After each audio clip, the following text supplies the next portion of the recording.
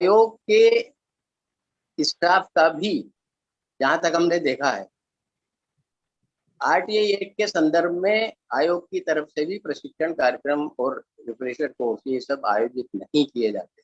इसके कारण स्टाफ की गलतियों का खामियाजा भी आम लोगों को भुगतना पड़ता है। तो समय समय पर सभी सूचना आयोग के स्टाफ को भी आवश्यक प्रशिक्षण देना बहुत आवश्यक है। इसके अलावा एक सूचना आयुक्त के वेतन पर, हमारे जमाने में तो 2 लाख शायद 87,000 रुपये इतना था मासिक वेतन, अब घट के 2.25 लाख के आसपास हो गया है।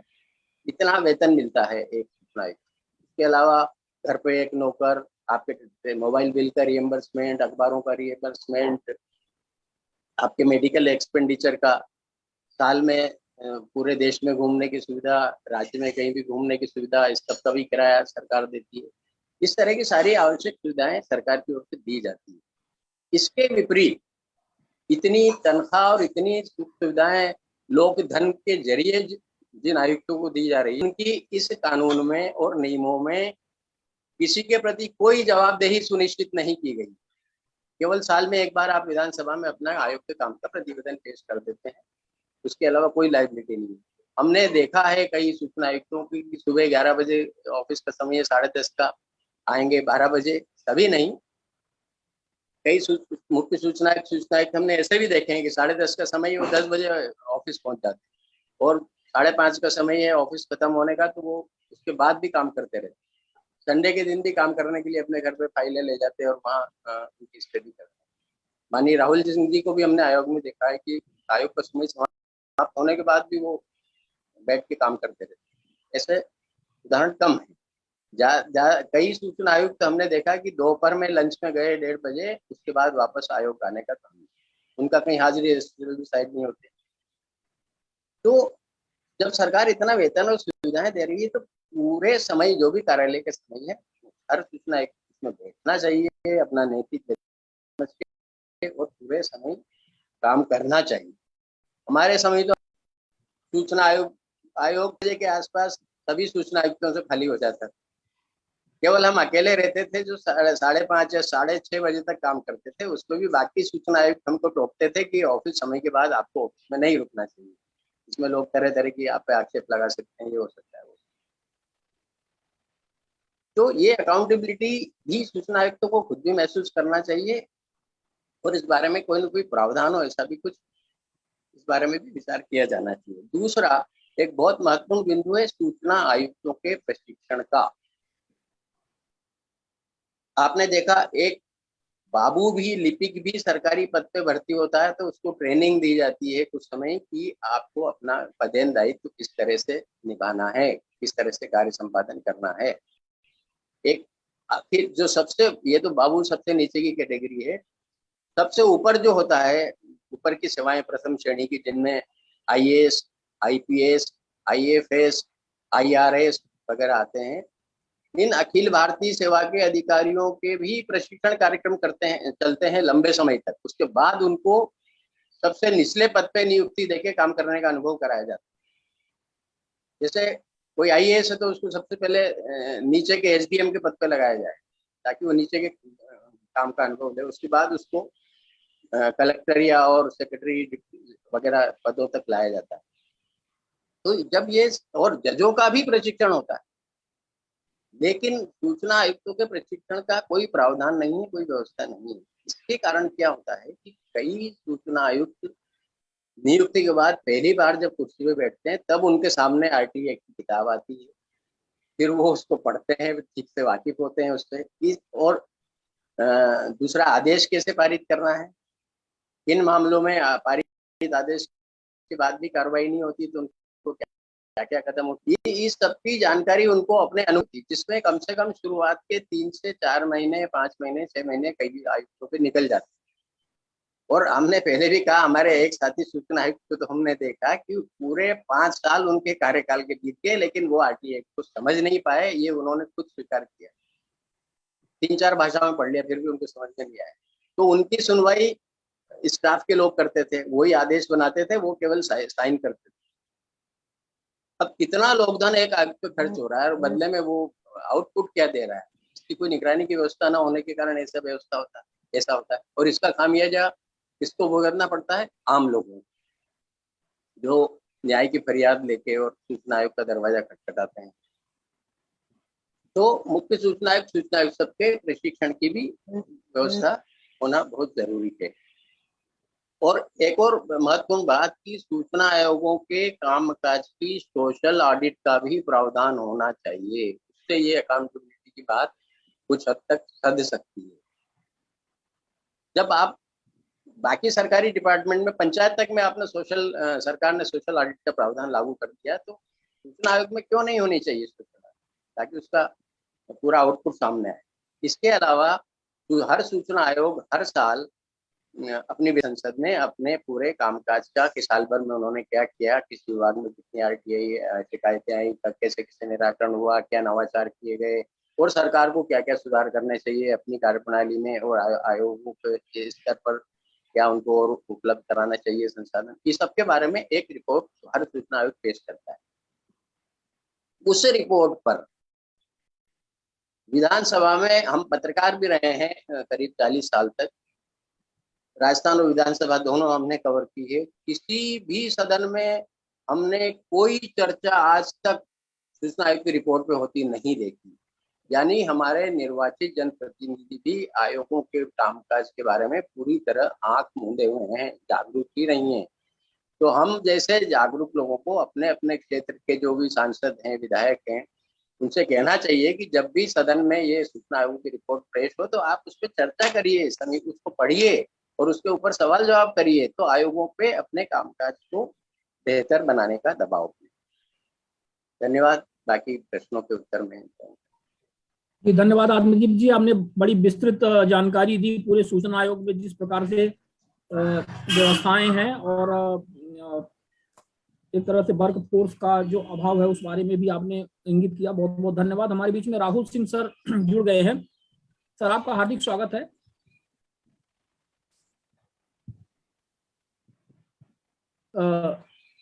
राहुल सिंह सर, आप अपने आप को अनम्यूट कर पाएंगे?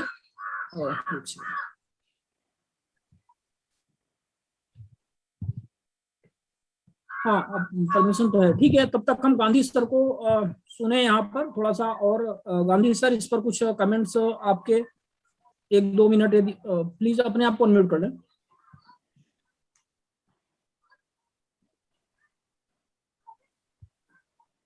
नमस्कार। आत्मदीप जी ने बहुत अच्छी तरह से डिस्क्राइब किए क्या प्रॉब्लम्स है कमीशंस के, और मैं एक तरह से बड़ा खुश हूं कि उप्रेती जी जैसे या राहुल सिंह जी जैसे आजकल कमिश्नर्स सिटिंग कमिश्नर्स है। रिटायरमेंट के बाद तो लोग कहते हैं बहुत ज्ञान आ जाता है सबको, मगर जब होता होता है उस वक्त का वो ज्ञान बहुत महत्व का है और उसी के पास अथॉरिटी है। मगर मैं 2-3 चीजें जोड़ना चाहूंगा। कुछ कमीशन में मैंने सुना है स्टाफ कम होता है। मेरे हिसाब से ये सिविल सोसाइटी की जिम्मेदारी है कि अगर कमीशन को स्टाफ कम है तो या तो वो वॉलंटियर्स प्रोवाइड करें या चंदा इकट्ठा करके लोग दे कमीशन को। दूसरा, ये सरकार को कहने की जरूरत है, जैसे आत्मदीप जी ने कहा कि कमीशन में कमिश्नर सबसे महंगा है, तो ये तो सरासर बेवकूफी की बात है कि 20,000 की सैलरी वाले लोग नहीं रखेंगे मगर 2.5 लाख के सैलरी वाले लोग रखेंगे। ये तो कोई कहीं बैठता ही नहीं है। मगर कम नसीबी ये है कि काफी कमिश्नर्स बेसिकली इसको पोस्ट रिटायरमेंट सिनेक्योर समझते हैं कि रिटायरमेंट हो गया, इसके बाद का ये तो मतलब आराम से बीतने का टाइम है। जैसे आत्मदीप जी ने कहा, मैंने भी ये जाना है कि बहुत कमिश्नर्स हफ्ते में 40 घंटा भी काम नहीं करते हैं। तो ऐसे बेईमान लोगों को हम कमिश्नर्स बनाते हैं, वो कहीं ना कहीं खोट है अपने में। और मैं ये बहुत सालों से कह रहा हूं कि कमिश्नर्स की अपॉइंटमेंट ट्रांसपेरेंटली होनी चाहिए, और उसमें एक स्टेज ये होना चाहिए कि शॉर्ट लिस्टिंग जब करते हैं लोगों का, उनका पब्लिक इंटरव्यू होना चाहिए, पब्लिक के सामने। बिना इसे पब्लिक इंटरव्यू, पब्लिक के सामने इंटरव्यू होना चाहिए। पहले उसने RTI के बारे में जाना हो न जाना हो, कम से कम उसको RTI के बारे में अगर जानकारी नहीं है तो उसको कमिश्नर बनाना ही नहीं चाहिए। ये अपने सिलेक्शन प्रोसेस में गड़बड़ है, गलती है, और ये देश में बहुत बड़ी सीरियस प्रॉब्लम है। न सिर्फ इंफॉर्मेशन कमिश्नर्स के लिए, human rights commission, women's commission, children's commission, Lokayukta, ये सब के लिए ये बीमारी है अपनी। ये बीमारी फैल चुकी है और बहुत डीप कैंसर है। अगर इसको ठीक करें हम, अगर ट्रांसपेरेंट मेथड ऑफ सिलेक्शन रखें, कुछ क्राइटेरिया रखें कि कमिश्नर को क्या क्या क्वालिटीज होनी चाहिए। आज पुलिस हवलदार के लिए क्वालिटीज है, उसकी छाती इतनी होनी चाहिए, उसको इतना टाइम में दौड़ना चाहिए 100 मीटर वगैरह। मगर कमिश्नर्स ह्यूमन राइट्स के, विमेन्स के, इंफॉर्मेशन के, लोकायुक्त है, उनके लिए कोई क्राइटेरिया नहीं है। बस एमिनेंट लोग, एमिनेंट तो हर आदमी है, कौन सा आदमी एमिनेंट नहीं है। और कमिश्नर बन गया तो फिर ऑनरेबल, माननीय, उसको सब कहना शुरू कर देते हैं, तो उससे कोई बात नहीं बनती है। मगर मैं ये मानता हूं कि कमिश्नर्स को अगर स्टाफ नहीं मिलता है और अगर वो अपना पोटेंशियल नहीं दे सकते हैं, उनकी भी जिम्मेदारी है कि प्रेस कॉन्फ्रेंस करके बताएं कि हमारे पास स्टाफ कम है, मगर हम ये प्रॉमिस करते हैं कि हम ये कर सकते हैं। मैं ये मानता हूं कि जो भी जिम्मेदारी ली है किसी ने, वो जिम्मेदारी को डिस्चार्ज करने की जिम्मेदारी लेना जरूरी है। एक छोटी सी बात कहूंगा, एक एसटी बस में अगर एक महिला जाती है जिसके फटे पुराने कपड़े हैं, वो अनपढ़ है, और उसका बच्चा अगर रोता है तो वो उसको शांत करने के प्रयत्न करती है। उसके पास कोई क्वालिफिकेशन नहीं है, वो डॉक्टर नहीं है, और वो शांत करती है उसको फोकस करके कि ये मेरा बच्चा है। मैं ये मानता हूं कि पब्लिक सर्वेंट्स जो भी पोजीशन लेते हैं, खास तौर पे हाई पोजीशंस पे, उन्हें वो जिम्मेदारी लेनी चाहिए। वो जिम्मेदारी की रिपोर्ट निकलनी चाहिए, कितने निर्णय लिए, कितने नहीं लिए। मगर ये मैं मानता हूं कि कमिश्नर्स को ये गारंटी करना चाहिए कि हम 3 महीने के अंदर निर्णय दे देंगे। 1 साल और 2 साल तो वो सूचना का अधिकार कम और इतिहास का अधिकार ज्यादा बन जा रहा है, जिसका कोई मतलब नहीं है। वो बहुत जो डीट है आरटीआई में, वही इसमें टिकेंगे। एवरेज सिटीजन जिसके नाम पे हम ये सब करते हैं, वो भाग जाता है, भाग रहा है।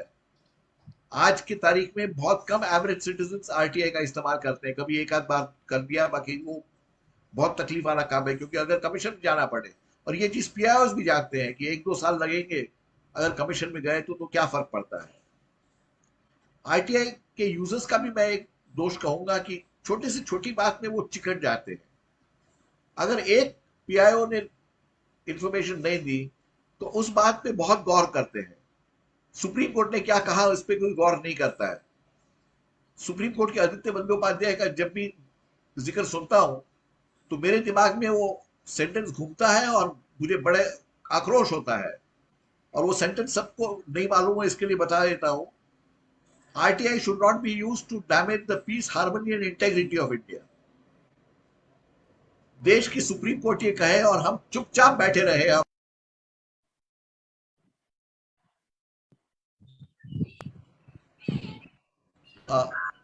शिवानंद जी बंद करो क्या? नहीं सर, एक्चुअली वो आपका म्यूट हो गया था। Please carry okay, on. ठीक है। हाँ। तो इसकी मॉनिटरिंग करना बहुत जरूरी है। और दूसरा एक कहूँ, एक नॉर्म होना चाहिए कमिश्नर के लिए, एडिक्वेट स्टाफ मिलना चाहिए। मैं कंप्लीटली कबूल करता हूँ, महाराष्ट्र में करीब 15 से 18 लोग हर कमिश्नर के पास होते हैं, और उतना स्टाफ जरूरी है। मैं ये नहीं मानता कि उनको बहुत ट्रेनिंग की जरूरत है। वो ट्रेनिंग कोई भी कमिश्नर आधे दिन में दे सकता है उसके स्टाफ को। जो स्टाफ को ट्रेनिंग की जरूरत है, वो आधे दिन के ऊपर की ट्रेनिंग की जरूरत नहीं है। मेरे पास भी जो भी स्टाफ था वो सब बच्चे थे, जिनके पास नौकरी नहीं थी, वो आके मेरे साथ काम करते थे, पढ़े लिखे थे, कंप्यूटर जानते थे। उतनी ही जरूरत हो तो काफी है। मगर ये मैं मानता हूं जरूरी है कि हर कमिश्नर को 6,000 के ऊपर निर्णय देने चाहिए हर साल में, तभी उनकी सैलरी जस्टिफाई होती है। और वो करने को जो भी करना पड़े, और एक कंपैरिजन के लिए दे देता हूं, एवरेज इंडियन हाई कोर्ट्स की डिस्पोजल पर जज 2,600 से 700 पर ईयर है। और हाई कोर्ट के सामने जो प्रश्न आते हैं, सब नहीं मगर कई प्रश्न बहुत जटिल होते हैं, जितनी जटिलता कमिश्नर के सामने नहीं होती है। तो ये मानना कि उससे डबल के ऊपर होना चाहिए कमिश्नर का, ये कोई बहुत बड़ी बात नहीं है। ये हो सकता है और करवाना चाहिए।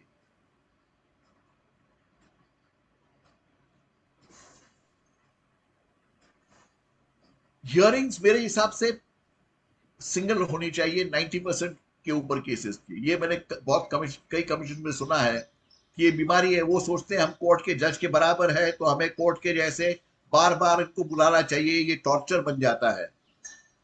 और कुछ कमीशन में तो मैंने सुना है कि 6-8 कमीशन हियरिंग लगाएंगे, पीआईओ नहीं आएगा तो कहेंगे दूसरी डेट देते हैं। तारीख देना, ये तारीख पे तारीख, ये बीमारी कमीशन में भी पहुंच चुकी है और फैल चुकी है। मेरे हिसाब से 90% के ऊपर मामलों में एक हियरिंग के ऊपर होना ही नहीं चाहिए। एक hearing is enough for one RTI. और उसके बाद एक चीज छोटी बताओ जो मैंने ट्राई की थी, जो शायद कुछ लोग कंसिडर कर सकते हैं क्या हो सकता है। एक एडेड स्कूल था जो ऑर्डर सुन ही नहीं रहा था, तो मैंने उन्हें वर्बली ये कहा कि देखो मैं अभी समन्स निकालूंगा और नहीं आएंगे तो अरेस्ट वारंट निकालूंगा। और मैंने उनको लिखित भेजा पब्लिक अथॉरिटी को कि आप इसकी सूचना लेके मेरी ऑफिस में हाजिर हो जाए और पेनल्टी का चेक भी मुझे चाहिए। वो आ गए और वो जनाब अपने आप को बहुत 30 मार का समझते थे। वो लीडर ऑफ अपोजिशन के पर्सनल सेक्रेटरी थे। इसके लिए शायद उनको लगा, वो मुझे अपना कार्ड दे दिए। मैंने कहा ठीक है आपका कार्ड रखिए मगर सूचना लाइए, और उन्होंने मान लिया था। तो ये धमकी काम हो सकती है, मगर मैं उपरती जी से सहमत हूं कि हर सूचना के अधिकार को ठीक से क्रियान्वयन करना, इसके लिए सिविल सोसाइटी को जागरूक होना पड़ेगा। सिविल सोसाइटी को ऑफर करनी पड़ेगी कमीशन को कि हम वॉलंटियर सप्लाई करेंगे अगर कमीशन को स्टाफ नहीं मिलता है। सिविल सोसाइटी और कमिश्नर्स को मिलके प्रेस में सब जगह ये बात उछालनी चाहिए कि इनफ स्टाफ नहीं दिया जा रहा है, उसके बिना कमिश्नर्स काम नहीं कर सकते हैं। धन्यवाद। माननीय शैलेश जी, गांधी की बात में थोड़ा सा जोड़ना चाहूंगा। भारत में शायद पहले अकेले केंद्रीय सूचना आयुक्त थे माननीय शैलेश जी गांधी, जिन्होंने अपनी जेब से तनख्वाह देके अतिरिक्त स्टाफ नियुक्त किया अपने स्तर पर, और उस और पर्याप्त स्टाफ की व्यवस्था की खुद की जेब से खर्चा करके, और इसके कारण ही शायद वो बहुत ज्यादा केसों का निस्तारण कर पाए। दूसरी बात, स्टाफ के मामले में आपको एकदम विपरीत उदाहरण आप सबके साथ साझा करना चाहूंगा। जब हम कमिश्नर बने मध्य प्रदेश सूचना आयोग में और स्टाफ की स्थिति पता की, लगा कि कम है, तो हमने पहली मीटिंग में ही आयोग की, मुख्यमंत्री शिवराज सिंह जी चौहान ही थे उस समय भी, उनको प्रस्ताव भेजा कि हमको ये 40 से अधिक पद स्वीकृत है व्यावसायिक परीक्षा मंडल, उसको भेज दिया कि आप एग्जाम इसके लिए आवेदन बुलाइए, एग्जाम लीजिए लोगों का, और ये अपॉइंटमेंट के लिए फाइनल लिस्ट उपलब्ध करा। प्रोफेशनल एग्जामिनेशन बोर्ड ने करीब 2 साल निकाल दिए, 1-2 तारीखें कई तय की, फिर रद्द कर दी, परीक्षा नहीं करा पाया, यानी रिजल्ट 0 रहा।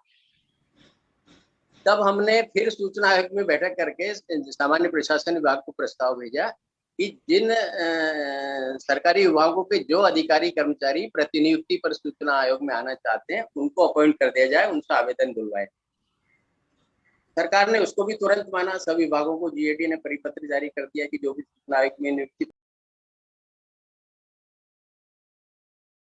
पाने के इच्छुक हों वो अपना आवेदन करें, और उनमें से जरूरत उचित योग्यताधारी लोगों को शॉर्टलिस्ट करके आयोग में नियुक्ति दे दी जाएगी। तो बहुत कम लोगों की प्रतिनियुक्ति के लिए आवेदन आए, क्योंकि आयोग में खाने पीने के ज्यादा अवसर नहीं है, ड्राई एरिया माना जाता है, तो बहुत कम आए, तो वो फिर भी पदों की पूर्ति नहीं हुई। फिर हमने सूचना आयोग से प्रस्ताव भिजवाया सरकार को कि क्योंकि सीधी भर्ती भी नहीं हो पा रही है, प्रतिनियुक्ति में भी लोग नहीं आ पा रहे हैं, तो हमको किसी आउटसोर्स एजेंसी से आवश्यक स्टाफ लेने की अनुमति दी जाए। जीएडी ने वो अनुमति भी तुरंत दे दी। इसके बाद भी ये सूचना आयोग का फेलियर रहा, जिसके प्रशासनिक मुखिया मुख्य सूचना आयुक्त होते हैं, उनके हाथ में सारी प्रक्रिया को आगे बढ़ाना होता है। उनकी ढिलाई के कारण एक भी आउटसोर्स कर्मचारी को भी भर्ती नहीं किया। जब आपके हाथ में बॉल आ गई कि आप बुला सकते हैं, और बहुत लोग आउटसोर्स एजेंसियों के उपलब्ध, हर तरह की योग्यता के लोग उपलब्ध, लेकिन एक भी नियुक्ति नहीं हुई। अभी राहुल सिंह की नियुक्ति हुई, उसके बाद जरूर मध्य प्रदेश सूचना आयोग में कुछ आउटसोर्स कर्मचारियों की नियुक्ति किया गया, इसी तरह राजस्थान सूचना आयोग में भी नियुक्त किया गया है। तो स्टाफ के मामले में हर बार सरकार की ही गलती हो ऐसा नहीं है। सरकार के पूरे समर्थन के बावजूद मध्य प्रदेश सूचना आयोग पर्याप्त स्टाफ नहीं अपॉइंट कर पाया, तो ये उसकी गलती रही है, उसके मुखिया की गलती रही। दूसरा, एक और आसान रास्ता लोगों को जल्दी और आसान न्याय देने का हो सकता है कि हम फोन पर सुनवाई करें। जिन केसों में बहुत ज्यादा डॉक्यूमेंट देखने की जरूरत नहीं है, जिन पे फैसला किया जा सकता है, निराकरण करना चाहिए। जिनकी लिखित सहमति आ गई उनका निराकरण तुरंत कर दिया, लोगों को कहीं आना जाना नहीं पड़ा, समय खर्चा, उनका काम का नुकसान सब कुछ बचा और जल्दी न्याय हुआ। ये इस तरीके को अमेरिका के सुप्रीम कोर्ट ने भी अभी कोविड काल के दौरान अपनाया, फोन पे सुनवाई का। ये भी इसका भी इस्तेमाल आयोग कर सकते हैं। दूसरा, जैसा माननीय शैलेश जी ने कहा, अधिकांश मामले एक सुनवाई में डिसाइड कर दिए जाने चाहिए, क्योंकि सूचना आयोग के कानूनी प्रावधानों में कोई बहुत ज्यादा जटिलताएं नहीं है। साफ साफ है कि क्या जानकारी दी जा सकती है, कौन सी नहीं दी जा सकती है। तो जहाँ सब कुछ स्थिति स्पष्ट है और कोई भी पक्षकार उपस्थित है या नहीं भी है, तो भी गुणदोष के आधार पर आदेश पारित कर देना चाहिए। और हमने भी 80-90% मामलों में ऐसा किया है, सिंगल हियरिंग में किया। और कभी भी कोई जटिल भी केस था तो 3 से अधिक सुनवाई तो कभी लगाई नहीं, मेरिट के आधार पर उसको डिसीजन कर दिया। तो ये भी अगर सब जगह किया जाना लगे तो लोगों को, आवेदकों को बहुत जल्दी न्याय मिल सकता है। धन्यवाद। एक सुझाव और है कि जो आयोग मैनुअल सुनवाई कर रहे हैं, भौतिक रूप से सुनवाई कर रहे हैं, वो अगर ऐसा इसको अपना लें कि एक अपीलार्थी की जितनी भी अपील है उनकी एक दिन में सुनवाई कर लें, तो अपीलार्थियों को बहुत राहत मिलेगी। यह शिकायत करता हूँ, क्योंकि उनको बार बार आना जाना नहीं पड़ेगा। एक आदमी की 10 अपीलें तो एक साथ 10 दिन में ली जा सकती है, एक ही दिन में ली जा सकती है और 10 अपीलें डिसाइड की जा सकती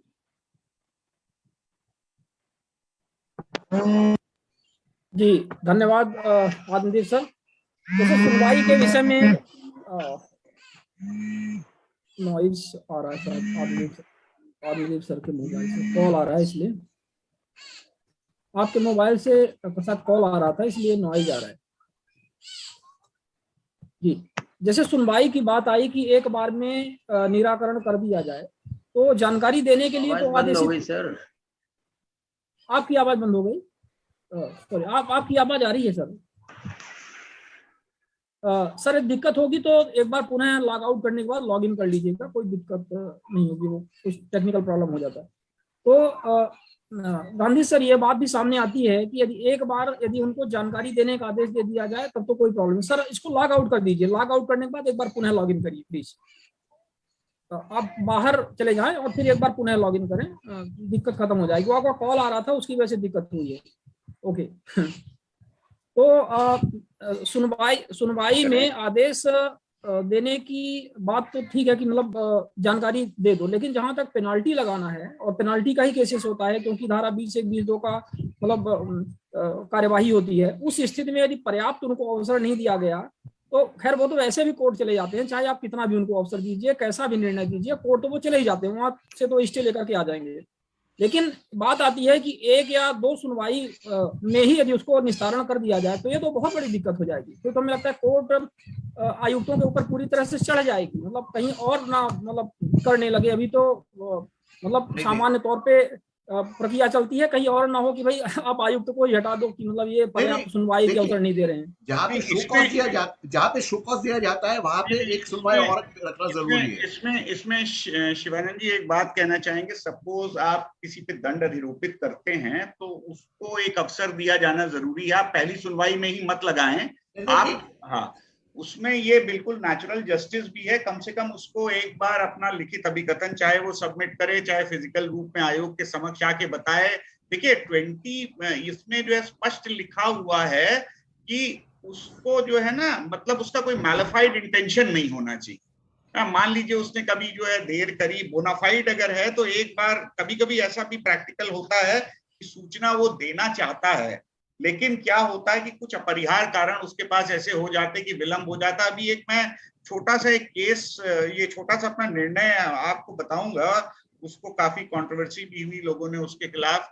उसमें क्या था कि एक जनसूचना अधिकारी थे, उन्होंने तो जानबूझ के 3-4 साल का डिले किया, ठीक है, वो काफी ज्यादा डिले था। और दूसरे जब आए उनको चार्ज में रिकॉर्ड्स नहीं मिले थे, तो उन्होंने रिकॉर्ड प्राप्त करने की कोशिश करी और जैसे ही उनको रिकॉर्ड मिले तो उन्होंने सूचना उपलब्ध करा दी। अब जब ये केस मेरे सामने आया उसमें मेरे ख्याल से 45 दिन का टाइम हो गया था जो दूसरे जन सूचना अधिकारी थे। तो हमने पहले वाले पे तो दंड अधिरोपित किया क्योंकि उन्होंने डिले किया था, उनको जो है साशे उन्होंने डिले किया, उनको जो सजा दी गई।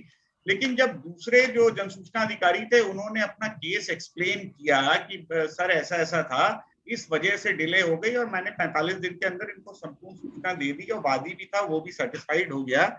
तो मैंने उनसे कहा भी देखिए एक तो फैक्ट ये है कि डिले आपके द्वारा हुआ है, अब हम कोई दंड नहीं लगाएंगे, एक कोई विकल्प आप बताओ जो है जिसके तहत आप में जागरूकता पैदा करने के लिए तो आगे से कुछ ऐसा ना हो कि आप इस एक्ट के प्रावधानों को जो है समय से दे दें सूचनाएं। ये तो उन्होंने विकल्प चुना। मैंने कहा देखिए 2-3 विकल्प हैं, मैं आपको देता हूं, ये दंड नहीं है, ये केवल आप में जागरूकता पैदा करने के लिए है। तो उन्होंने ये कहा कि मैं अपने जो है क्या कहते हैं गांव में जो प्राथमिक विद्यालय है उसमें बच्चों को खाना खिला दूंगा। ये एक थोड़ा आउट ऑफ बॉक्स था और इसके सोशल मीडिया में काफी गया भी, उसके पक्ष में भी हुआ, कुछ लोगों ने लिखा अच्छा निर्णय, कुछ लोगों ने कहा कि ये अधिकार नहीं है। लेकिन सेक्शन 21 के तहत अगर कोई बैड इंटेंशन से कार्य नहीं किया गया, ये दंड नहीं था, ये उनको जो जनसूचना अधिकारी थे फैक्ट था कि विलंब उनसे हुआ। दूसरा फैक्ट ये भी था कि साक्ष्य नहीं हुआ, जैसे ही उनके पास कागज आ गए, सूचना थोड़ी विस्तृत थी, हाँ 30 दिन के बजाय वो 45 दिन उनको देने में लग गए, 45-46 दिन, तो वो विकल्प चुना। तो कई बार ऐसी परिस्थितियां आ जाती है और दंड लगाने से पहले एक बार जरूर जो है देखिए मैक्सिमम होता है, आज आपने सुनवाई की तो आपको स्थिति क्लियर हो जाती है, आपको क्या करना है क्या नहीं करना है। मैक्सिमम तीसरी डेट में जो है वो हो जाता है और कोई भी डेट 1.5 महीने से ज्यादा नहीं जानी चाहिए। जैसा कि मैं अपने सुनवाई कक्ष में इंश्योर करता हूँ 1.5 से 2, पहली डेट में आया सुना भाई निर्देश कर दिए, दूसरी डेट में आया और तीसरी डेट में आया तो दंड की स्थिति उत्पन्न हुई तो वो किया और सूचना अगर मिल गई तो कोई बात ही नहीं है, तब तो फिर वो संतुष्ट हो गए। तो बहुत ज्यादा तारीख पे तारीख नहीं जानी चाहिए, 2 मैक्सिमम 3 हियरिंग में काम खत्म हो जाना चाहिए। नया केस आता है तो 3 महीने से ज्यादा की उस पर वो डेट नहीं लगनी चाहिए, जैसे ही आपके पास आ गया डेट देने में। और आप दोनों ने जो बातें कही कई तरह से व्यवहारिक बातें थी और कई सारी नई चीजें भी उसमें जो है उभर के आई और ये इवॉल्विंग प्रोसेस है, इसमें civil society, commissioners, staff, journalist सबको जो है पार्टिसिपेशन होगा तो तभी इसका कंसोलिडेशन संभव है। और मैं जो आरटीआई मांगते हैं उनसे भी कहूंगा कि specific file to file discuss करें कि किसमें क्या दिक्कत है। कहीं किसी फाइल में कुछ परिस्थितियां हो सकती, किसी फाइल में कुछ परिस्थितियां हो सकती हैं, तो ऐसा नहीं है कि सभी सूचना आयोग गड़बड़ है या जो है क्या कहते हैं। देखिए हर व्यवस्था हर सिस्टम में खामियां भी हैं तो अच्छाइयां भी हैं, तो हम सबको एज ए समाज की कड़ी के रूप में मिलकर ऐसा प्रयास करना चाहिए कि समग्र रूप से आरटीआई एक्ट मजबूत। जी धन्यवाद अजय सर। और जिस तरह से आप लोग मीटिंग में आते हैं पब्लिक के बीच में पद में होते हुए भी, जैसे आप हो गए, राहुल सर हो गए, तो एक बात तो तय है कि आप लोग पब्लिक स्पिरिटेड लोग हैं जो पब्लिक की मदद करना चाहते हैं और ये बहुत अच्छी बात है। हाँ ये बात अलग है कि हम दूसरे सूचना आयुक्तों को भी इसी तरह से मोटिवेट करें कि वो लोगों के बीच में आए, जब उनकी वो कुछ इनपुट्स लेंगे तो उसमें जरूर निश्चित तौर पे कुछ उस प्रॉब्लम्स को वो और बेहतर ढंग से समझेंगे। एक चीज शिवानंद जी और बता दूं, जब मैं अपनी कोर्ट शुरू करता हूं तो कोर्ट का सेट टाइमिंग है, क्योंकि गर्मी आ गई तो अब 10 बजे से शुरू हो जाती है, जाड़े में 10:30, और जब तक सुनवाई खत्म नहीं हो जाती, मतलब कोई लंच नहीं होता मेरी कोर्ट में, न मैं लंच करता हूं न मेरा स्टाफ लंच करता है, और 2 बजे तक ये कोशिश ये होती है कि सबको जो है फ्री कर दिया जाए। मान लीजिए कोई 300 किलोमीटर दूर से आता है तो वो शाम की बस या ट्रेन पकड़ के जा सके, तो ऐसा भी होता है। और इवन 6 बजे के बाद भी सुनवाई कक्ष के S6 के लोग बैठे रहते हैं, एक एक फाइल का निस्तारण, ये सारी चीजें जो है करी जाती है। बिल्कुल सर, धन्यवाद। और राहुल सर हमारे बीच में जुड़े हुए हैं काफी समय से,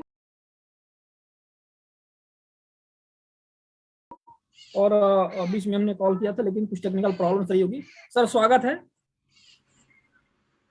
शुक्रिया शिवानंद जी। राहुल जी नमस्कार। नमस्कार अजय जी, नमस्कार शैलेश जी, नमस्कार आत्मदीप जी।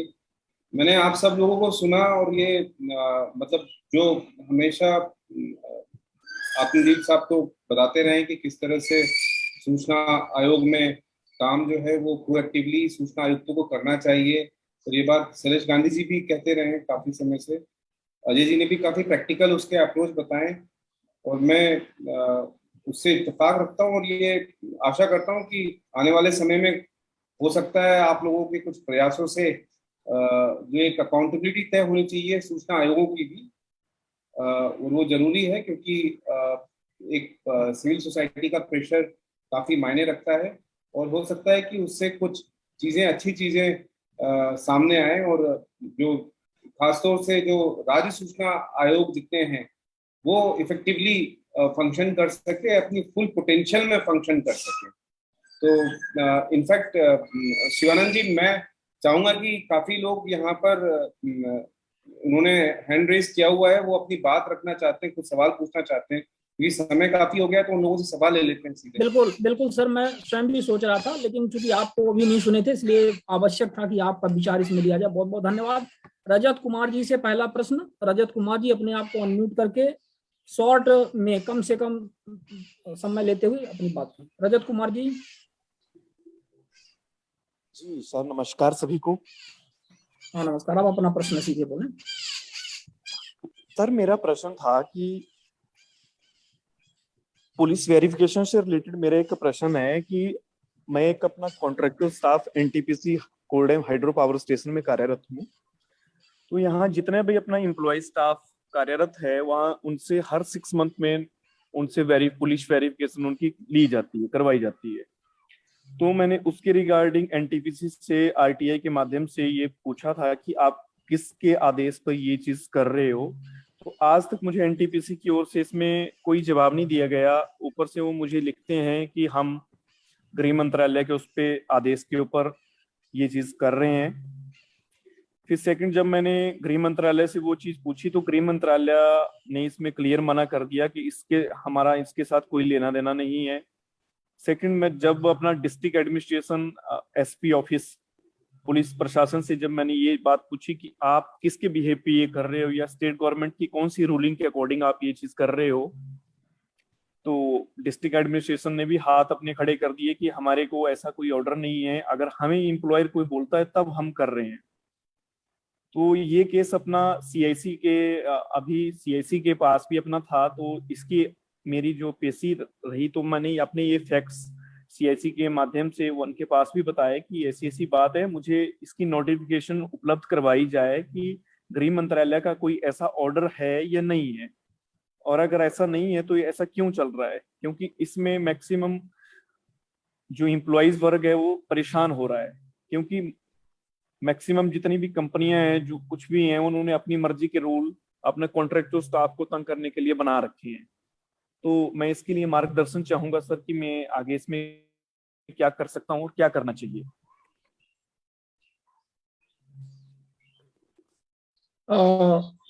Rahul sir please. हाँ, शैलेश गांधी साहब इसका आंसर देंगे क्योंकि वो सीआईसी से रिलेटेड सब्जेक्ट है। सर अनम्यूट करना पड़ेगा। शैलेश जी अनम्यूट कर लीजिए प्लीज। इन्होंने यही भाई साहब ने मेरे ख्याल से फोन पे मुझे कुछ दिन पहले ही बात की। वो कहते हैं कि परमिशन के बिना ऐसे कैसे एनटीपीसी कर सकता है। मैंने कहा वो आरटीआई कुछ नहीं कर सकता। आरटीआई ये दिला सकता है आपको कि भाई कुछ ऑर्डर है या नहीं है। अगर ऑर्डर नहीं है तो ये आरटीआई की बाहर की बात है, आपको कहीं और जाना पड़ेगा, एनटीपीसी में कंप्लेन करें या कोर्ट में जाएं या जो भी कर लीजिए। इनसे मैंने फोन पे पर्सनली चर्चा की है। अब इसके आगे तो मेरे पास कोई जवाब नहीं है। नहीं, आप शैलेश जी सही कह रहे हैं, क्योंकि अगर डिपार्टमेंटल नॉर्म्स फ्लाउट करके कोई चीज कर रहे हैं तो फिर वो आरटीआई के अधिकार में नहीं आता है उसको इम्प्लीमेंट करवाना। ये बस उनको ये दिलाया जा सकता है कि ये ऑर्डर है या नहीं है, इस तरह का कोई इस चीज पे वो हो सकता है। बिल्कुल मैं आपसे सहमत हूँ जी। रजत जी आप इसको कंप्लेन करिए, आरटीआई के दायरे में। नारायण सिंह जी अपना परिचय हाँ दें और प्रश्न पूछें। हाँ नमस्कार सर सभी को। जो सर मैं नारायण सिंह बोल रहा हूँ सर, पाली जिले से सर, राजस्थान में। सर मेरी समस्या ये थी सर, मैंने कुछ द्वितीय अपील और कंप्लेंट जो सर दर्ज करवाई थी जो है राजस्थान सूचना आयोग में, तो अभी सर उन्होंने कम से कम 5-6 महीने तक उन सेकंड अपील्स को और मेरी कंप्लेंट्स को रोकने के बाद में अभी जो है उन कंप्लेंट्स को सबको सर वापस रिटर्न कर रहे हैं, तो रिटर्न कर रहे हैं तो उसमें भी सर ये लिख रहे हैं कि हम सारे डॉक्यूमेंट जो है आपको भेज रहे हैं वापस, और वो सिर्फ जो है ऊपर कवरिंग लेटर जो होता है सर वही भेज दे रहे हैं सर जो है। तो इसमें सर काफी अब वो कौन सी कंप्लेंट है, कौन सी अपील है, तो ये दिक्कत हो रही है। तो सर इसमें क्या सर किया जाए सर? कंप्लेंट नारायण सिंह जी, आपकी कंप्लेंट्स भी वापस कर दी और अपील वापस कर दी, आपका ये कहना है? जी सर। उसका कोई रीजन दिया है वापस क्यों किया गया? रीजन सर कुछ नहीं दिया है, जो उसमें खाली ऊपर कवरिंग लेटर लगा दिया सर उसमें, और उसमें 6-7 जो फॉर्म उन्होंने प्रिंटेड जो होता है वही, और उसमें किसी पर कोई टिक नहीं है, कुछ नहीं है सर जो है। और अरे 6-7 वो जो भी लिखा हुआ होगा ना, उस पर कुछ लिख करके दे रहे होंगे ना कि कोरा कागज भेज दिया है। मतलब कोरा कागज सर, उसमें जैसे आम तौर पर आता है तो उसमें सर कोई पार्टिकुलर कोई परेशानी होती है तो उसमें सर वो टिक करके भेजते हैं कि ये जो है ठीक करना है, उसमें उन्होंने किसी पर कोई टिक नहीं किया है और सर वो वापस रिटर्न कर दिया सर, और जो मूल दस्तावेज जो है वो कोई भेज नहीं रहे हैं सर। तो पहली बात तो ये कि देखिए, ये बहुत सारे आवेदक जो है ये एक गलती करते हैं सर। कंप्लेंट कब की जाती है और अपील कब की जाती है, दोनों में डिस्टिंग्विश करना सीखिए इसमें, क्योंकि जस्टिस बोबड़े का एक फैसला आ चुका था और उसके बाद से सेक्शन 18 में जानकारी देने पर रोक लगी हुई है। तो इसीलिए मेरा कहना है कि आप एपलेट प्रोसेस को हमेशा कोशिश करिए, जो भी आवेदक हैं वो एपलेट प्रोसेस पहले कंप्लीट करें सर। तो आरटीआई लगाए, आरटीआई के बाद फर्स्ट अपील लगाए, फर्स्ट अपील के बाद आप सेकंड अपील लगाए, क्योंकि एपलेट प्रोसेस है इसमें आपको कंप्लीट रेमेडी मिलती है। और जो कंप्लेन होती है वो उसका एक बहुत ही अलग रूप में उसको, मतलब जब आपको जरूरत पड़ती है तब आप उसका यूज करिए। जैसे मान लीजिए कि आप एपलेट प्रोसेस ही शुरू नहीं कर पा रहे क्योंकि आप आरटीआई एप्लीकेशन दायर नहीं कर पाए, तो फिर आप उसमें कंप्लेंट कर सकते हैं सेक्शन 18 के तहत। या फिर फीस का कोई ऐसा मैटर आ जाए, फीस आपसे 50 रुपए फीस बनती हो, आपसे 50,000 रुपए फीस मांगी जा रही हो, उसमें आप डायरेक्ट जा सकते हैं। तो इस तरह के इशू को आप लेकर के डायरेक्ट अप्रोच कर सकते हैं। लेकिन अगर आप एपलेट प्रोसेस को बाईपास करके सीधे कंप्लेंट दायर करेंगे तो उससे आपको बचना चाहिए। और क्योंकि आपके इसमें कुछ लिखा नहीं है तो इसमें यहाँ पर कोई हम लोग राय भी नहीं दे सकते कि इसमें आप, इससे ज्यादा बेहतर होगा कि आप वहाँ सूचना आयोग में, राजस्थान सूचना आयोग में संपर्क करें, वहाँ उनसे पूछें कि आपकी ये कंप्लेंट लौटाई गई है या फिर अपील लौटाई गई है, उसका कारण क्या है। जी धन्यवाद। महेंद्र कुमार यादव जी, अपने आप को अनम्यूट करके अपना प्रश्न पूछें। महेंद्र कुमार यादव। हाँ जी सर, हेलो। हाँ, आपकी आवाज आ रही है, प्रश्न पे आ जाएं। हाँ जी सर, मैं सबसे पहले राहुल सर को प्रणाम बोलूंगा, लेकिन मेरा क्वेश्चन उप्रेती जी से है। सर, जो आरटीआई हम लोग लगाते हैं और उसका जब वो उत्तर नहीं मिल पाता है तो हम सूचना आयोग आते हैं, और सूचना आयोग में आने के बाद अगर प्रश्न में कब, क्यों, कैसे का इस्तेमाल हुआ होता है तो आपके द्वारा वो सूचना निरस्त कर दी जाती है कि नहीं दिलाई जाएगी कि आपने कब, क्यों का इस्तेमाल किया हुआ है। तो ऐसा आरटीआई के किस नियम में है, कौन से नियम में है कि कब, क्यों का प्रश्न अगर लिखा होगा? नहीं, आपके केस में, आपका स्पेसिफिक केस में कुछ ऐसा, देखिए ऐसा है कि जो नियमावली बनी है उसमें ये एक क्लॉज केवल ये था कि किसी कार्य को करने का आधार, जैसे मान लीजिए आप कोई आरटीआई आयोग में ही लगाना चाहते हैं तो बहुत अच्छी बात है कि आप ये तो पूछ सकते हैं कि भाई आपकी सुनवाई किस दिन हुई, सुनवाई में जो है कौन कौन उपस्थित था, विपक्षी आए कि नहीं आए, फैसला जो है कितने बजे दिया गया। लेकिन अब अगर फैसला जो है आपके मान लीजिए अगेंस्ट चला गया तो आप ये पूछने के लिए स्वतंत्र नहीं है कि ये फैसला मेरे अगेंस्ट क्यों गया, उस फैसले को देने का आधार अगेंस्ट क्या था, उसके खिलाफ आप 226 में आप जा सकते हैं अगर संतुष्ट नहीं है। क्योंकि हर उसमें किसी न किसी के विशेषाधिकार होते हैं। तो आपका अगर ये कभी रिजेक्ट हुआ होगा तो वो क्यों इस वजह से हुआ होगा कि कार्य को करने का कुछ आधार आपने पूछा होगा। अदरवाइज तो प्रश्न तो आप पूछेंगे ही, प्रश्न में रिजेक्शन नहीं होता है कि मतलब आपने पूछ लिया कि भाई ये मान लीजिए मनरेगा में कितने मजदूरों ने काम किया, तो इसमें भी तो आपने प्रश्न पूछा ना, और वो सूचना का एक संकलित भाग है। भाई सूचना आपको वही दिलाई जाएगी जो पीआईओ के पास संकलित हो, ठीक है ना।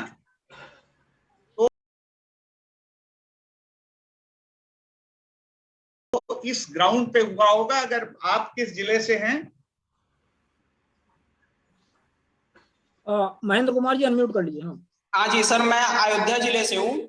अयोध्या जिले से है ना आप? तो अब तो अयोध्या जिला मेरे पास है नहीं, पहले अयोध्या जिला हुआ करता था। पहले आपके पास था और आपके पास मेरी आरटीआई भी लगी हुई थी। हाँ, तो उसमें कोई ना कोई फैसले, जब फैसला लिखा भी जाता है तो उसमें जरूर ये कोट हुआ होगा कि ये प्रश्न इस धारा के तहत रिजेक्ट किया गया है या ये ऐसा हुआ है या नियमावली के उसके। तो जब तक वो देख न लिया जाए तब तक समग्र रूप से जो है कुछ कहा नहीं जा सकता। क्योंकि लेकिन फ्लैटली ये नहीं होता कि आपने क्यों पूछ लिया या क्या। मान लीजिए आपने कोई प्रार्थना पत्र किया तहसील दिवस में या कहीं पे, अगर आप ये जानना चाहते हैं कि उस प्रार्थना पत्र पे क्या कार्रवाई हुई, तो उसमें भी तो आप प्रश्न पूछ रहे हैं ना कि क्या लगा, तो प्रश्न पूछा तो वो बिल्कुल आपको दिलवाया जाएगा, क्योंकि वो आपको जानने का अधिकार है प्रार्थना पत्र पे क्या कार्रवाई हुई। आप मुझे लग रहा है कि आप जो है माइन्यूट बारीकी जो मैं बताना चाह रहा हूँ वो शायद आप समझ पा रहे हैं।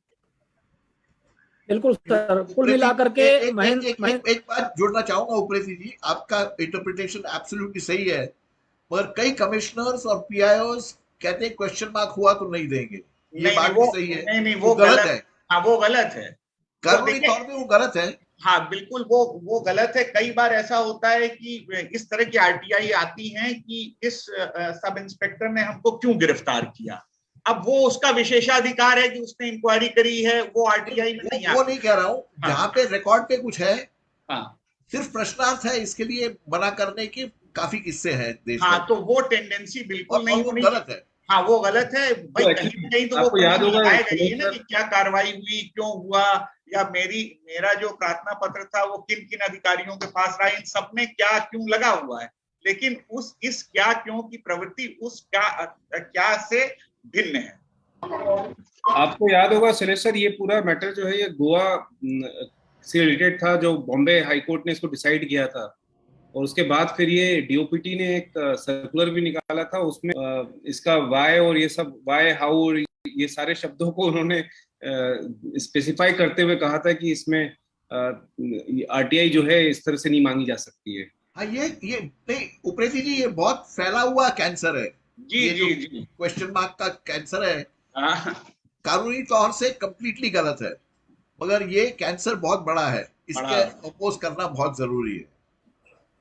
नहीं, बस ये है कि जैसे जजमेंट है उसका मोटिव आप पूछो, भाई फैसला या तो किसी के फेवर में जाएगा या अगेंस्ट में जाएगा, और वो आयुक्त का विशेषाधिकार है। इसी तरह पुलिस के कुछ विशेषाधिकार हैं या जजेस के कुछ विशेषाधिकार हैं, वो सुन के दे रहे हैं। लेकिन अब हर इसको कह देना कि क्यों लग गया है तो रिजेक्ट हो जाएगी। ये पीआईओ के स्तर पे भी जो शैलेश सर कह रहे हैं अजय जी, वो पीआईओ के स्तर पे भी इस तरह का हम देखते हैं कि वो सिर्फ एक इसको प्रश्नाधीन करके कि ये प्रश्नात्मक है और रिजेक्ट कर देते हैं। तो ये बड़ा सा ट्रेंड चल गया है, वो बिल्कुल नहीं होना चाहिए जी। सिर्फ हाइपोथेटिकल काल्पनिक जो प्रश्न है उस तरह से ना रखें, जिस तरह से राहुल सर ने बताया कि डीओपीटी ने भी सर्कुलर जारी किया है कि हाउ वाई, ये इस तरह के काल्पनिक प्रश्न होते हैं। बाकी आप क्वांटिटेटिव रख सकते हैं। आर्या जाधव जी अनम्यूट कर लें अपने आप को और अपनी बात बताएं। कहाँ से हैं आप आर्या जाधव? अच्छा शिवानंद जी, अब मुझे जरा चलना पड़ रहा है, मैं सबसे आज्ञा लेता हूँ। ना ठीक है सर, बिल्कुल। तो राहुल जी को, शैलेश जी को, आत्मदीप जी को, सभी को मेरा नमस्कार, और आप लोग चर्चा अपनी जो है आगे जारी रखें। धन्यवाद, बहुत बहुत धन्यवाद। धन्यवाद सर। मैं भी 5-7 मिनट में निकलूंगा, मगर अभी हूँ 5-7 मिनट। बहुत अच्छा लगा आपसे बात करके उप्रेती। चलिए, बहुत बहुत धन्यवाद। आर्या जाधव जी बताएं। हाँ सर, नमस्ते जी सर, शिवानंद जी सर। एक हाँ जी। सवाल पूछना था। कई डिपार्टमेंट से परमानेंट पर्सन है और वो आरटीआई लगा देते हैं और उसके ऊपर अलग से क्लेम डाला जाता है। वो आरटीआई पीछे लेने के लिए दबाव दिया जाता है और उनके ऊपर ऐसे माने जो वुमन हरासमेंट का केस डाला जाता है। तो उस मामले में क्या करे सर? अभी उसको तो घर पे बिठा दिया, उसको सस्पेंशन ऑर्डर निकाला है डायरेक्ट। माने वो आरटीआई अलग, वो बंदे ने आरटीआई लगा दिए और उसके ऊपर अलग से कार्रवाई की है डिपार्टमेंट ने। हेलो, नहीं, आपने क्या क्या आपका क्वेश्चन क्या है कि आपने आरटीआई जो लगाया आरटीआई तो पीआईओ ने हरासमेंट का केस कर दिया आपके ऊपर? हाँ, उनके ऊपर हमारा एक संस्थान है दिल्ली में जो उन्होंने आरटीआई लगाई थी, जो SC/ST ट्रेड यूनियन है, और ट्रेड यूनियन के माध्यम से उन्होंने केस जो आरटीआई लगाए थे, उनको आरटीआई के जवाब नहीं आए थे 1 साल के बाद, और वो जो जवाब नहीं आने के बाद उनकी ट्रांसफर कहीं करवा दी थी और वहां पे उनके ऊपर ऐसे क्लेम्स डाले गए जो वुमन हरासमेंट के केस डाले। अभी उस मामले को उनको क्या किया है कि 25 दिन का टाइम दिया है, अगर उस आपकी इमीडिएटली जवाब दी और अन्यथा आप नहीं जवाब देते तो आपको सस्पेंड किया जाता है नौकरी से, और उनकी तनख्वाह पूरी स्टॉप कर दी है। देखिए आर्य यादव जी, इसमें एक बात तो ये है कि कोई भी ऐसा जो आप बता रहे हैं कि आरटीआई एप्लीकेशन लगाने के बाद किसी जो आरटीआई एप्लीकेंट अगर कोई गवर्नमेंट सर्वेंट है उसके अगेंस्ट इस तरह का एक्शन लिया गया है, तो मुझे नहीं लगता है कि ऑन पेपर ये कोई आधार डिसिप्लिनरी एक्शन लेने का ये कोई आधार बनता है कि किसी व्यक्ति ने आरटीआई एप्लीकेशन लगाई है। ये आप चेक भी कर लीजिएगा, जो उनके ऊपर डिसिप्लिनरी एक्शन हो रहा होगा उसमें कहीं ये लिखा ना हो कि आरटीआई एप्लीकेशन आपने दायर की थी इसीलिए आपके ऊपर ये एक्शन लिया। नहीं, वो मुद्दा नहीं लिखा है, वो उन्होंने डाइवर्ट किया है। हाँ, तो डाइवर्ट किया। अब तो डाइवर्ट तो अब ऐसा है कि उसको आप कैसे उसको, अगर आपको लग रहा है कि कोई गलत तरीके से कोई किसी को परेशान कर रहा है तो उसके लिए दूसरे फोरम है, आप उस पर वहां लड़ाई लड़ सकते हैं उस पर। जी, अगर मान लीजिए कि कोई किसी ने अगर हरासमेंट का केस डाल दिया है और उसमें पुलिस केस हो गया है, तो उसके लिए तो फिर रिलीफ आपको कोर्ट ही दे पाएगी, आपको कोर्ट अप्रोच करना पड़ेगा। जी सर, धन्यवाद। लेकिन हाँ, मैं वही कह रहा हूँ कि ऐसा ये कोई सीधे आधार बना करके आरटीआई एप्लीकेंट को इस तरह से लेकिन करते हैं लोग। और इसमें मुझे लगता है कि उसमें अगर आप चाहे वो नॉर्मल आरटीआई एप्लीकेंट्स हो या सरकार में जो काम करते हैं वो आरटीआई एप्लीकेंट्स हो, उनको थोड़ा सा एक कॉशियसली डील करना चाहिए। आजकल जो हम सबसे ज्यादा देख रहे हैं कि तुरंत से एक शिकायत आ जाती है कि ब्लैकमेल किया जा रहा है या फिर उन्होंने कार्यालय में आके मारपीट की, तो एक डिस्टेंस मेंटेन करें, सेफ डिस्टेंस मेंटेन करें ऐसे लोगों से जहां आपको लगता है कि ये हमें फंसा सकते हैं। आप लोग रजिस्टर्ड पोस्ट के माध्यम से डील करें, ज्यादा से ज्यादा ऐसे डील करें कि कोई फोन करने की जरूरत नहीं है। आप रजिस्टर्ड पोस्ट से उनके लिखित में जो कम्युनिकेशन हो ईमेल कर दीजिए या फिर आप रजिस्टर्ड पोस्ट भेजिए।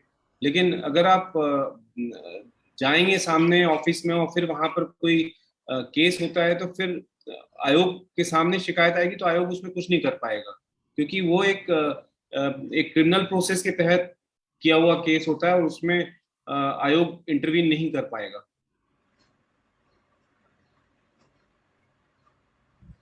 जी, आगे बढ़ें और संजय शर्मा जी हैं, अपने आप को संजय जी अनम्यूट कर लें और अपना गांधी सर जाना चाह रहे हैं। सर बहुत बहुत धन्यवाद जुड़ने के लिए और अगले कार्यक्रम में पुनः मिलेंगे। हेलो, हाँ संजय शर्मा जी बताइए। जी देखिए, मेरा सवाल मेनली ये था कि उप्रेती जी अगर कार्यक्रम में होते उस समय सवाल पूछता ज्यादा बेहतर होता, लेकिन वो नहीं है। शैलेश जी भी शायद चले गए हैं। हाँ शैलेश जी अभी हैं, बताइए। अभी बस निकल रहा है हमारा, बताइए।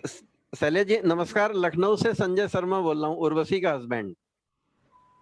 नमस्कार संजय जी। तो मेरा सवाल ये था कि जैसे उप्रेती जी ने अभी काफी बातें बोली और यहाँ आके बोलते भी हैं, लेकिन हकीकत में ये है कि उप्रेती जी भी बाकी सभी आयुक्तों की तरह हैं, जो कि पहली चीज तो ये है कि इंटेंशन कहीं भी सूचना मांगने वाले को न्याय दिलाने की नहीं रहती।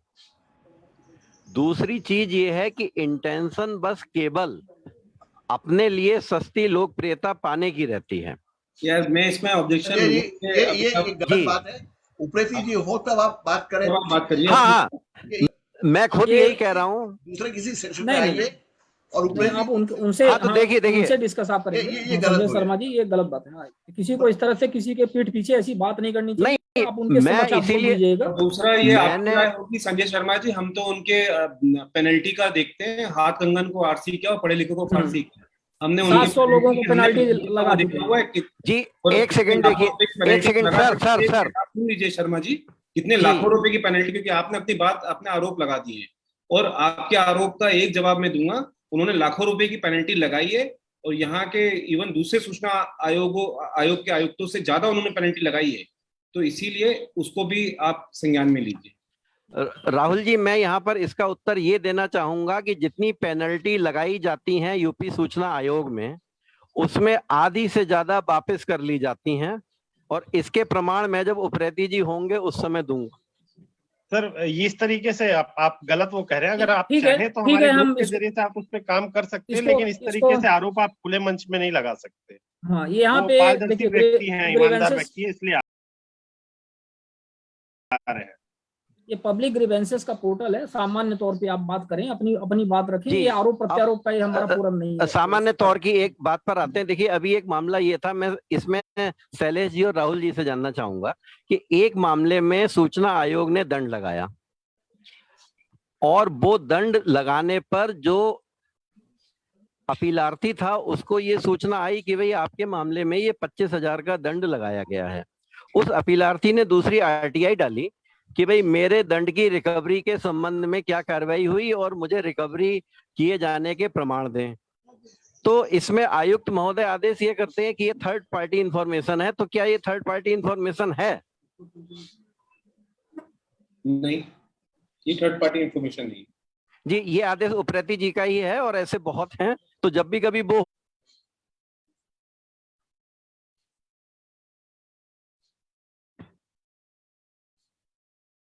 संजय जी अपनी बात रखें।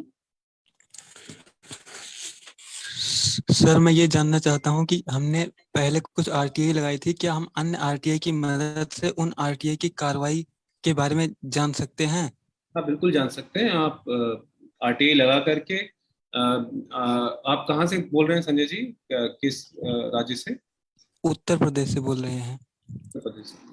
तो उसमें संजय जी क्या होता है, क्या कि एक रजिस्टर, पंजी जिसे कहते हैं, वो मेंटेन की जाती है सभी शासकीय कार्यालयों में और उसमें एंट्री होती है कि किस आरटीआई प्रकरण में क्या क्या कार्रवाई की गई है और एक तो वो रिकॉर्ड रहता है। दूसरा, कई आरटीआई एप्लीकेशन में उनके विभागीय नोटशीट भी चलती है।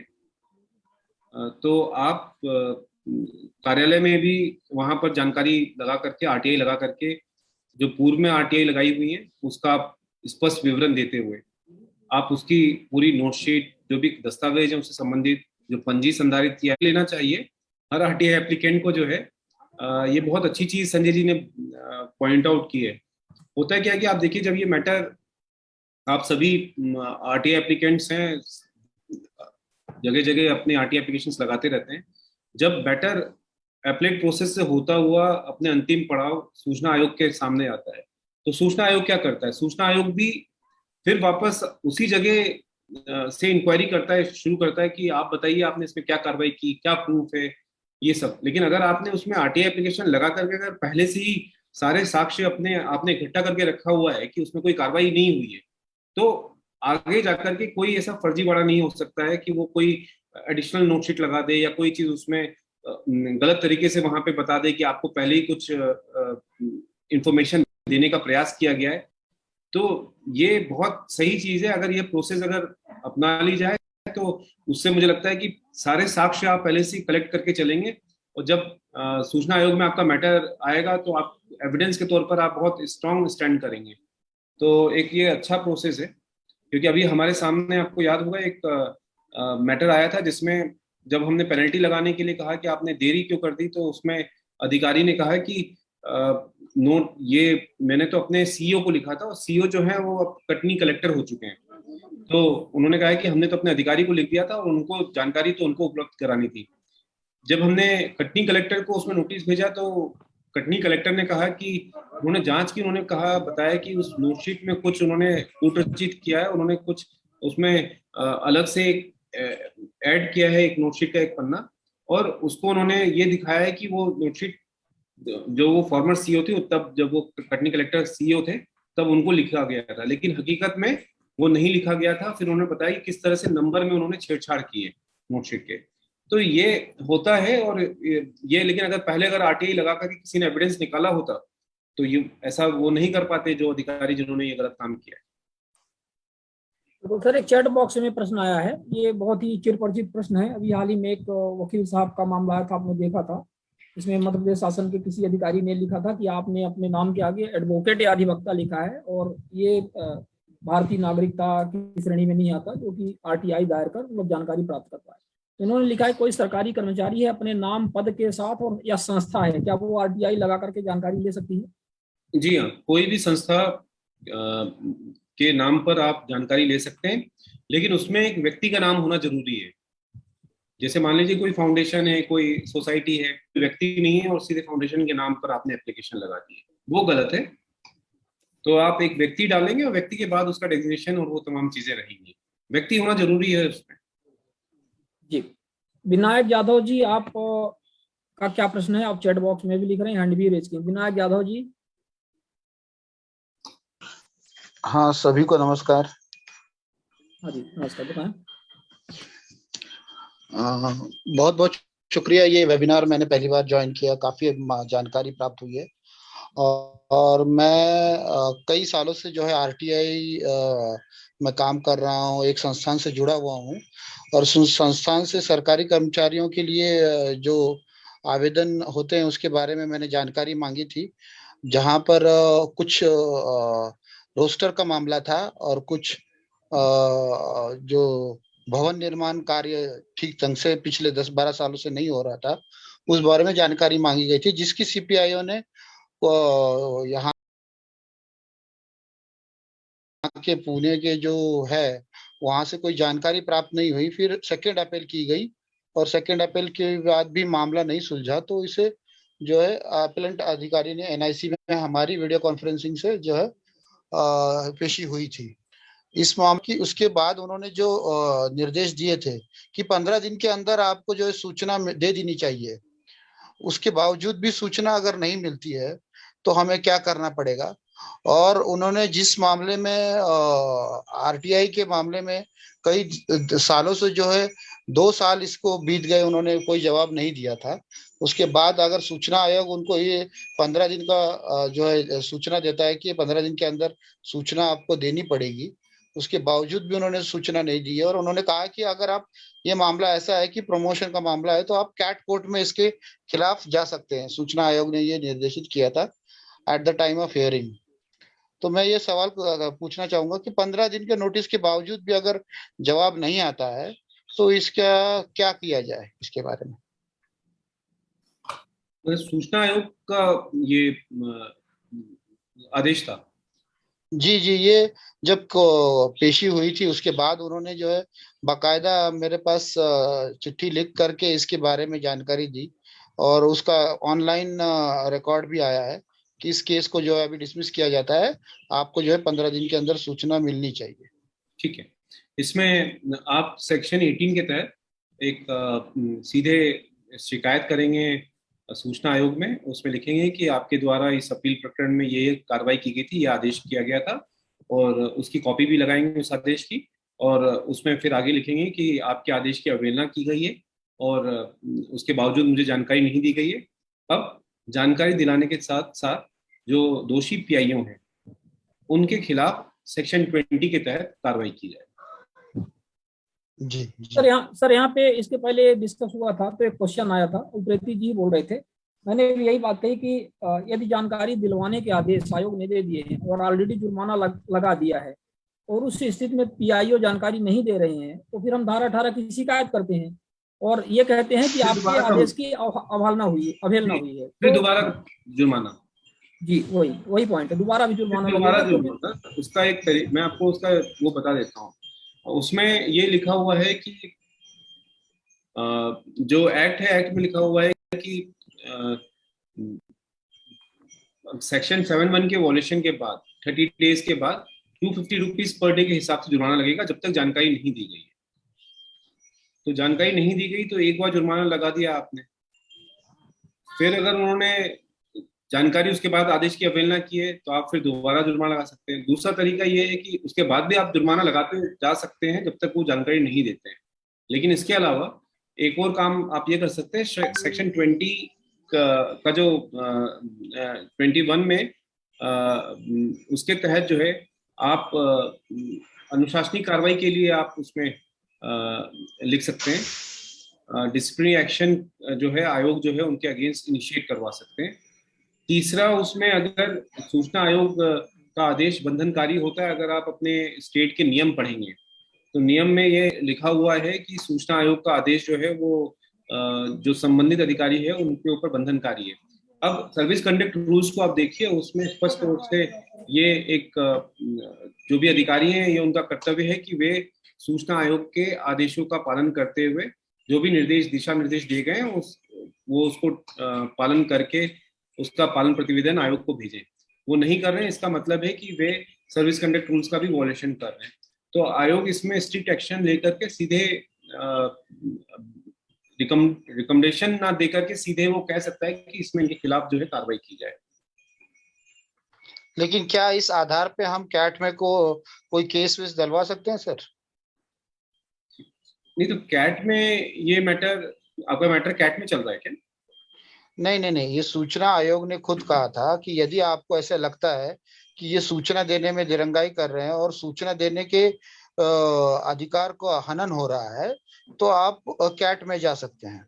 नहीं, इसमें ये तो फिर कोई मतलब ही नहीं है। उसमें तो देखिए व्यवस्था बहुत क्लियर है कि सूचना आयोग खुद ही सक्षम है, इसमें अथॉरिटी है, सबसे हाईएस्ट एप्लेट अथॉरिटी है और जो कानून में सारे अधिकार इसमें सूचना आयोग को दिए गए। नहीं तो सूचना आयोग अगर कोई जानकारी नहीं दिलवा पा रहा है तो फिर सूचना आयोग का क्या काम है?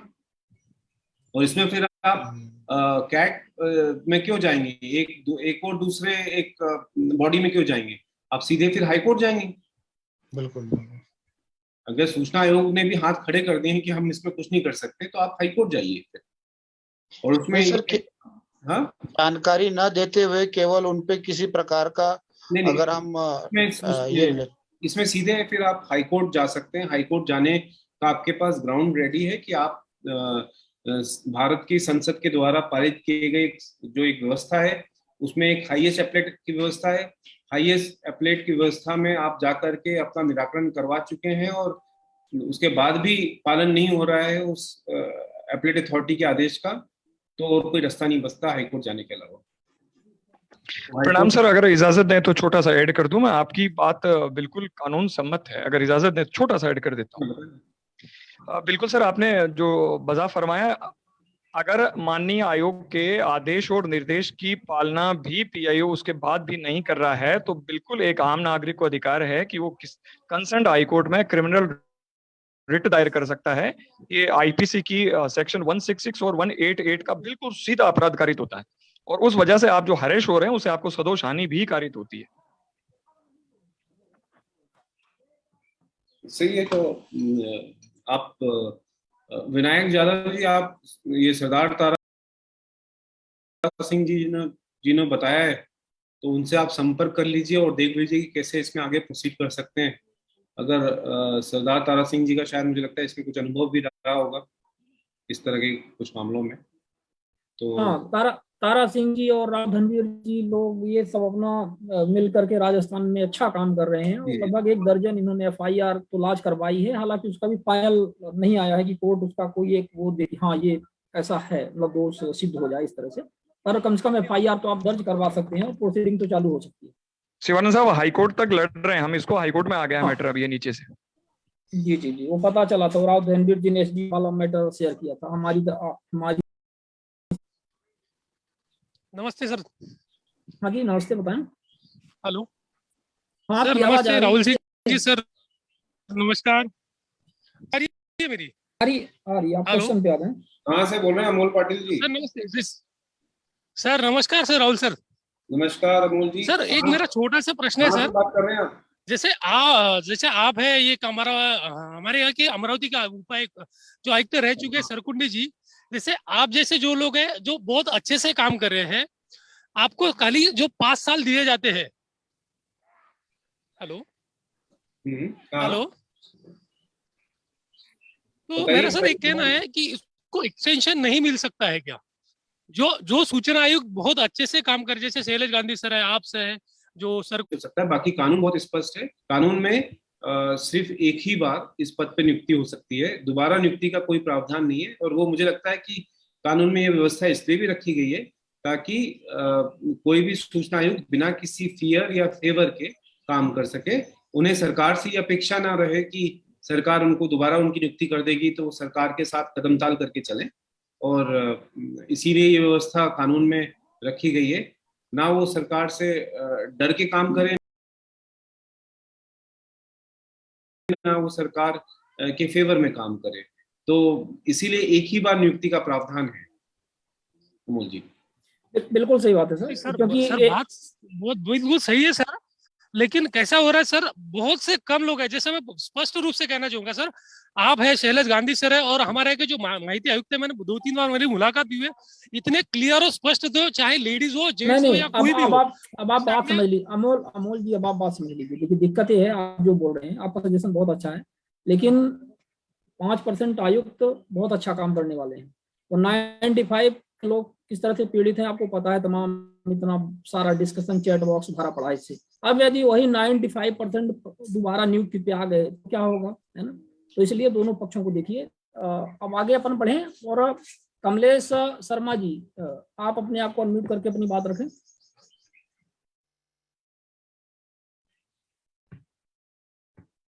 कमलेश शर्मा जी। नरेंद्र गोगोरिया जी।